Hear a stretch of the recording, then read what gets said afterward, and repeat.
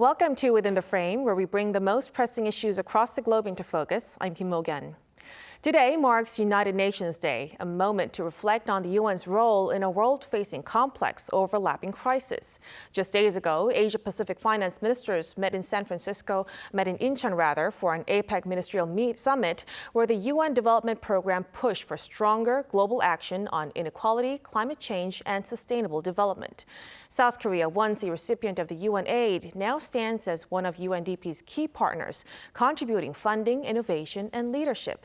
So on this UN Day, we take a closer look at how the UNDP is reshaping its mission on the global stage and how its partnership with Korea is helping drive a real impact. For this, we are joined in the studio by Haoliang Xu, UNDP Associate Administrator and United Nations Under-Secretary General. A big welcome. Thank you. Thank you for having me. Thank you for joining us. So let's start right away with the APEC, of course. So you've attended the APEC finance ministers meeting a few days ago. Could you tell us what was the key message that UNDP actually brought to the table, and what kind of outcomes do you hope to see from that? No, I think this APEC finance ministers meeting took place at a time when the world is facing major challenges.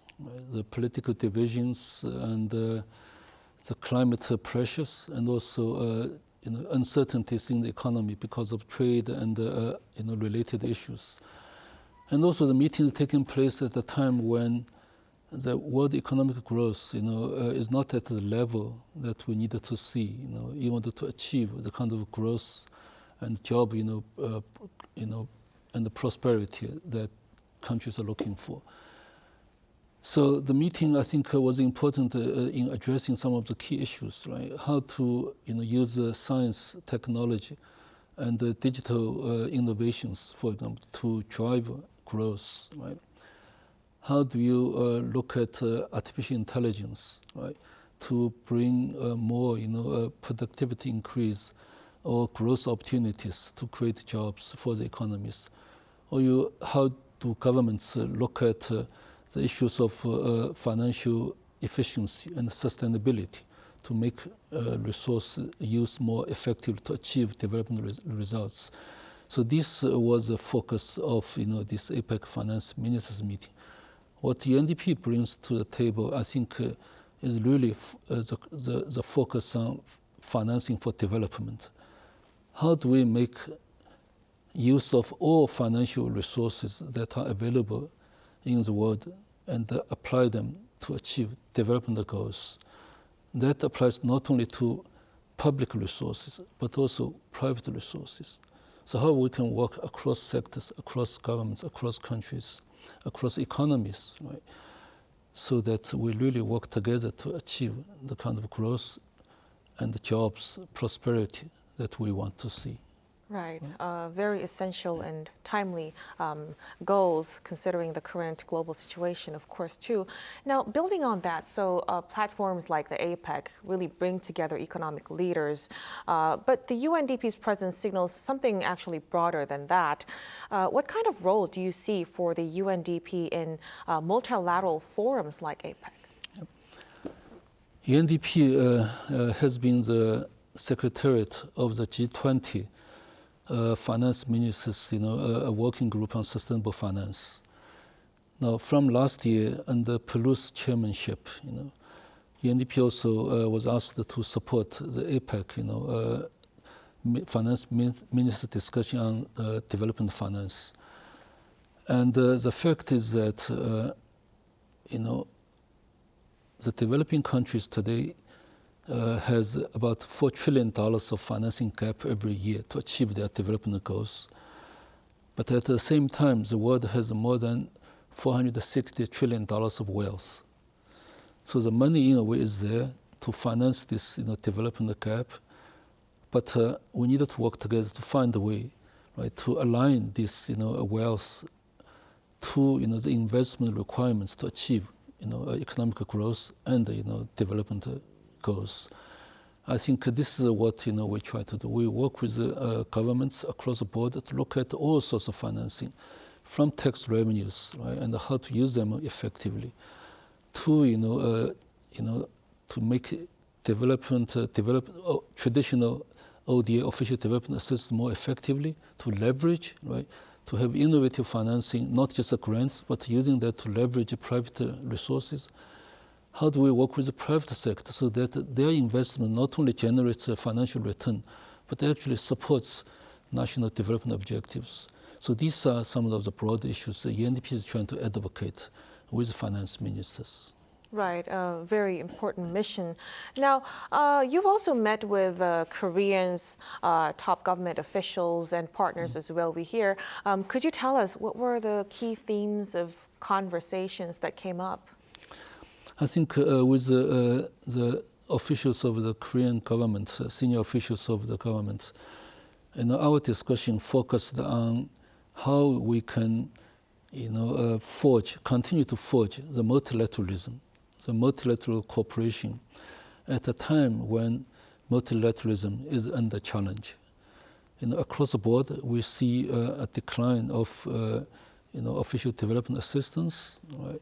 And in fact, from 2024 peak to this year and to next year, we can expect a cumulatively 20 to 30% reduction of global ODA flows. So we discussed how, Korea, which has been bucking the trend, of ODA decline, right, can work together to support multilateral, platforms like United Nations Development Program to support the developing countries to deal with the multiple challenges from conflicts to climate change, to jobs, to inequality. So I think this was the focus of the discussion. Mm-hmm. How can we work together to use multilateralism to, help dealing with some of the most pressing challenges we face in the world? Mm-hmm. So, Mr. Xu, speaking of South Korea's role, South Korea is often cited as a model partner for the UNDP. From your own perspective, what sets Korea actually apart from other donors? I think Korea used to be a recipient of, development assistance from international community, including from the United Nations. In the really latest 60s, 70s, 80s, right? And UNDP supported hundreds of projects to support Korea's development. But when Korea joined the OECD in 1992, and it became a member of the official, assistance committee, development of assistance committee in 2009, I believe, right? So Korea, become a donor from a recipient, right? So Korea, I think, had this experience of development cooperation, benefited from this cooperation. And Korea has always wanted to also then contribute, right, to, international collaboration, because they know from experience, the positive impact multilateral development cooperation can have on a country's development. So I think that this is the basis, for our collaboration, from early 2000s, early 2010s, right? So I think this relation has become into multiple dimensions, from the Korea's support to our core resource base, from Korea's support to our project-based, specific interventions in different countries, to also exchange of personnel from Korean government or young Koreans working in UN to establish themselves, to develop a career in the UN. So this has become really multidimensional collaboration, very strategic. Right. It's really powerful how a country could go from a recipient to a donor, and that could set a good example, of course. Now, speaking more of the financial contributions to the UNDP, South Korea's contributions has been growing significantly over the past years. How is this increased support helping UNDP work on the ground? First, the kind of core contributions that Korea government is making to UNDP allows us to be strategic, right? Because the core resources are not earmarked for specific programs, so we can use this strategically to help developing countries to work on development strategies. Right? No country developed because of aid, so countries have to, have the right development strategy, but also supported by the right financing, right, from all sorts of funding, and then backed up by high quality governance, right, that is effective, accountable, and inclusive. So Korea funding allows us to do that. But the Korean resource core contribution also allows us to respond to crisis immediately, disasters, right, immediately. That is indispensable, right? And then plus, specific programs in particular countries like Afghanistan, Myanmar, DRC, or, now Palestine, right? So these support are simply critical. Very important partnership too.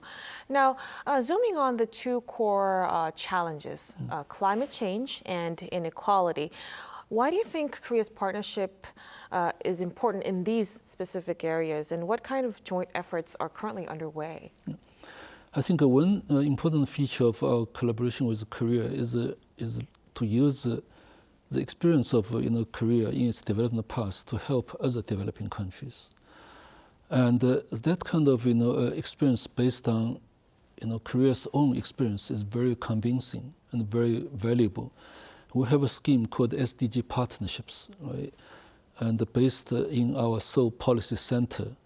And with this platform, we're helping many developing countries every year and to benefit from Korea's own experience. Now, Korea's experience is credible because it is a reflection of a progress, a process, right? It's not everything's perfect, but you have tried, you dealt with challenges, and you succeeded, and you are now sharing this experience. And that is, what makes Korea a successful, you said mid-sized economy, which is a very important part of the G20, right? And also, of course, APEC economies. So I think Korean experience is really important, in terms of both poverty reduction, and also, your continuing effort to deal with some of the social challenges, right? Like inequality that is prevalent in every country in the world, right? So I think so with Korean experience, it's not that you teach somebody, right, with something, but you actually sharing your experience. Then countries then will see, okay, yes, this is useful. I can apply this here, or I can adapt experience, not just lift and shift, right, apply. So I think that is really valuable. Right, a very important message you're saying. So it's not just learn about this, but we had this and show them the process, and then they absorb these. It's a really good example. For example, the anti-corruption effort of Korea was really a great example. Because it was not only until only 2-3 years ago did the Korean parliament pass the law, against corruption. It was a process of decades that led to this important moment, right? And that example really shows to the country that development is a process, right? You have a clear goal, you want to achieve it, but then the whole society needs to work together to achieve that goal. Right. So, right. Yeah. Thank you for highlighting that too. Now, Mr. Shi, we also want to talk about the UNDP's Human Development Report. Korea is, of course, a very strong supporter of that. How do you see the importance of that report in today's world, and how do you assess South Korea's role backing this? The Human Development Report is a really important initiative because the concept of that is to look at development success beyond the measure of income, right? Because when you can have certain level of income, but you still, cannot have a quality life because you lack access to many other basic services, right? So Human Development Report focuses on the quality of development that is beyond the income, right? Look at the health, education.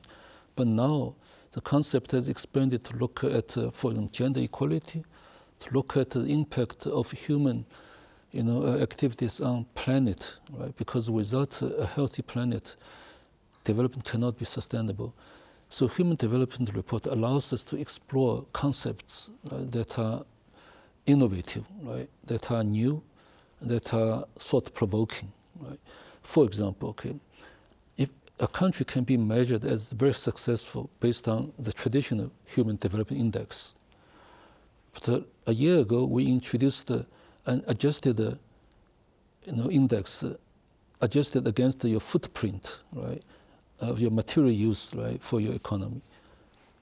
With this adjustment, the planetary adjusted human development index immediately changed the order of countries, ranking.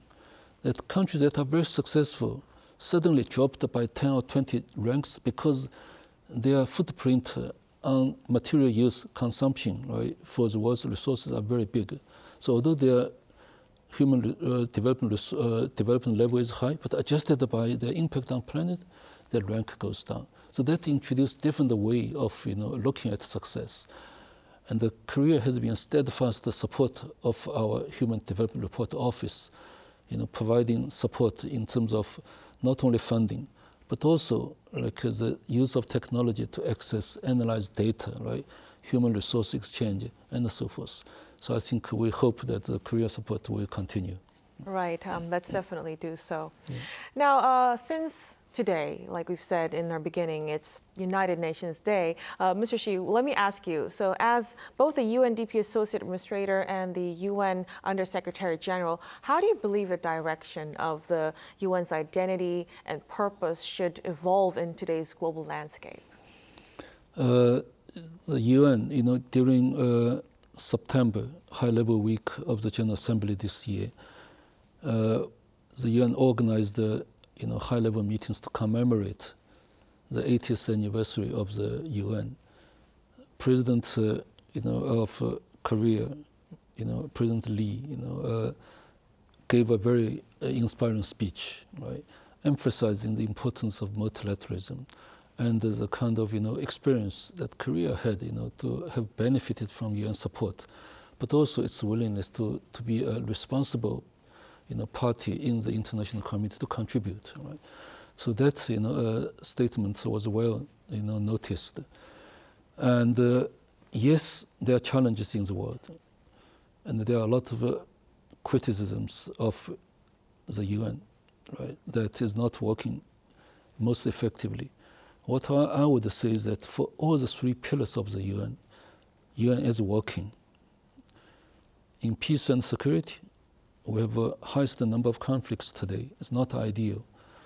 But the UN is at this time deploying 11 peacekeeping missions in the world. It also has more than 20 political missions around the world to use Secretary General's good office function to reduce tension, to negotiate peace, to keep peace, right, in the world. So we have this tens of thousands of peacekeepers deployed around the world. In human rights, UN has come up with significant international conventions to safeguard the interests of people. For example, rights of women, right? Rights of children, rights of people with disabilities. Now, all this kind of international framework came about because of UN's work. In development, which is really what brings peace, right? Guarantees peace, and actually a concrete way to materialize people's human rights through health, access to health, education, security. UN is working in this area every day, right? So I strongly believe that UN has an important role to play,